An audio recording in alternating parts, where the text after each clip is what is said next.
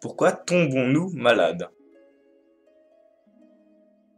Dans le bouddhisme, nous disons que tout ce qui nous arrive est dû à la causalité, c'est-à-dire la relation de cause à effet. Plus concrètement, cela veut dire qu'à cause de certaines actions dans le passé, nous avons semé la graine d'une certaine maladie et que, lorsque les conditions nécessaires ont été réunies, cette graine a poussé pour donner naissance aux fruits karmiques de la maladie. Évidemment, pour nous en tant que simples êtres humains, il est difficile, voire impossible, de savoir quelle action exactement est à l'origine de notre maladie. C'est pour cette raison que le Bouddha, dans sa grande miséricorde, a donné des indications dans certains sutras sur les raisons des maladies et sur les mauvais comportements à éviter. Par exemple, dans le sutra de la médecine, le Bouddha explique quelles sont les conditions nécessaires au développement des maladies qui doivent donc être évitées à tout prix.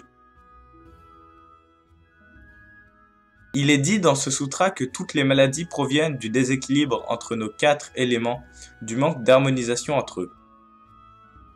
Ces 4 éléments sont la terre, l'eau, le feu et le vent. Notre corps correspond à la terre, notre bouche correspond à l'eau, nos yeux correspondent au feu et nos oreilles correspondent au vent. Les changements de saison sont liés également aux 4 éléments. Toutes les graines karmiques se manifestent à travers ces 4 éléments. Dans le même sutra, Bouddha énumère 10 conditions favorables au développement de la maladie que nous avons appelées plus haut les conditions nécessaires. 1. Rester assis trop longtemps sans manger ou boire. 2. Manger sans arrêt. Précision. Manger sans cesse et sans laisser du temps à son estomac de pouvoir effectuer une digestion correcte. 3. Être déprimé sans cesse. Précision. Le fait d'avoir sans cesse des pensées négatives, de voir le monde toujours sous un mauvais jour. 4. Être fatigué sans cesse. Explication. Ne pas prendre le temps de se reposer, ne pas dormir correctement et suffisamment.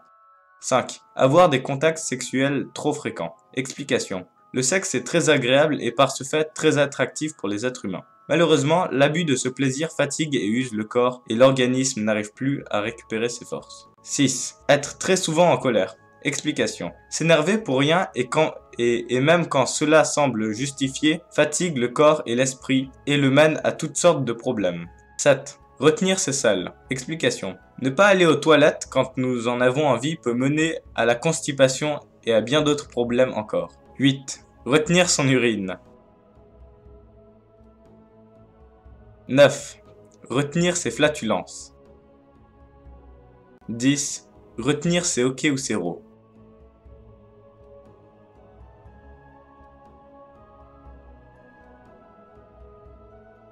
Ce sont donc là les conditions qui permettent aux mauvaises graines karmiques des maladies de se développer. Mais quelles sont les mauvaises graines karmiques? D'où viennent-elles? Elles sont tout simplement engendrées par nos mauvaises actions dans le passé et sont la cause de ce qui nous arrive aujourd'hui. Dans le Sukha Sutra, le Bouddha parle à Mahakasyapa des 10 types de mauvaises actions karmiques qui peuvent être à l'origine des maladies. 1. Aimer frapper les êtres sensibles. Exemple. Frapper les animaux ou les humains sans raison. Aimer faire du mal aux autres en se battant dans la rue ou même sur un ring. 2. Conseiller aux gens de frapper les êtres sensibles. 3. Féliciter et encourager les gens qui sont en train de se frapper entre eux. Exemple. Crier autour d'un ring ou encourager des gens qui veulent se battre dans la rue.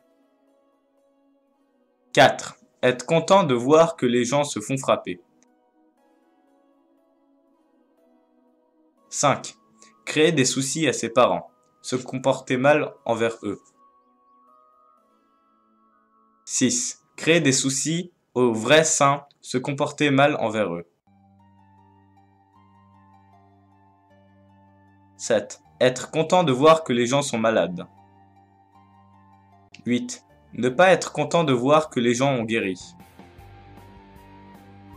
9. Donner de mauvais médicaments aux autres. Précision. Surtout si la personne est bien au courant que le médicament est inefficace, voire dangereux.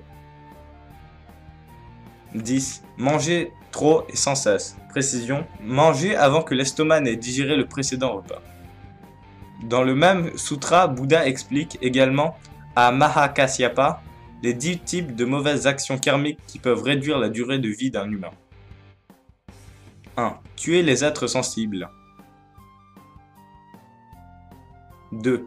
Demander à quelqu'un d'autre de tuer les êtres sensibles. 3.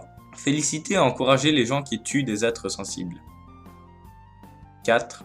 Être content de voir les êtres sensibles se faire tuer. 5. Diffamer contre les moines bouddhistes et détruire leur monastère. Précision. Ici, détruire n'est pas à prendre au sens matériel. On détruit les monastères quand, suite aux mensonges que l'on profère, plus personne ne veut se rendre dans ces monastères et aider les moines de quelque manière que ce soit. 6. Être content de voir ses ennemis se faire tuer. 7. Avorter ou faire avorter. 8. Aider à apprendre aux gens comment tuer les êtres sensibles. Exemple. Enseigner aux gens des techniques de combat mortels. 9. Créer un temple hérétique et aider ce temple à faire des sacrifices d'êtres sensibles. Précision. Il s'agit des temples des religions où des sacrifices humains ou d'animaux sont prévus. 10. Aimer la guerre. Enseigner comment faire la guerre pour tuer les gens. Exemple. Enseigner la stratégie militaire. Et comment faire si nous sommes déjà malades, si nous avons déjà commis certaines de ces actions, même si nous ne nous rappelons pas forcément les avoir faites. Il existe des techniques de purification du corps qui, par contre, n'est pas sans risque et devraient être appliquées sous contrôle médical. Il s'agit de ne rien manger pendant 7 jours en buvant beaucoup d'eau. Il est très important à la fin de ce jeûne de se remettre à manger tout doucement et à commencer par exemple avec une soupe de riz. Par ailleurs, nous pouvons continuer à ne manger que cette soupe pendant 1 mois, ce qui permettrait un nettoyage complet de notre corps. Par contre, ce qui est encore plus important est de confesser nos péchés, les actes qui nous ont conduits à cet état, même si nous ne savons pas forcément de quoi il s'agit. Pour cela, il faut se mettre devant une statue de Bouddha, saluer Bouddha et se confesser en disant par exemple « Même si je ne me rappelle pas exactement ce que j'ai fait, je regrette par mes méfaits et je vais faire tout mon possible pour ne plus commettre de tels actes à l'avenir. » Après quoi, il faut énumérer tous les actes que nous avons cités plus haut en affirmant à chaque fois que nous ne commettrons plus ce genre de péché. Il est conseillé de faire ce genre de confession 2 fois par jour, matin et soir. Il est inutile de vous rappeler l'importance de la sincérité. En effet, la confession doit venir du fond du cœur, et non pas se limiter à quelques phrases répétées mécaniquement. Faites donc très attention à votre comportement, à votre parole et à votre pensée. Amitofwa.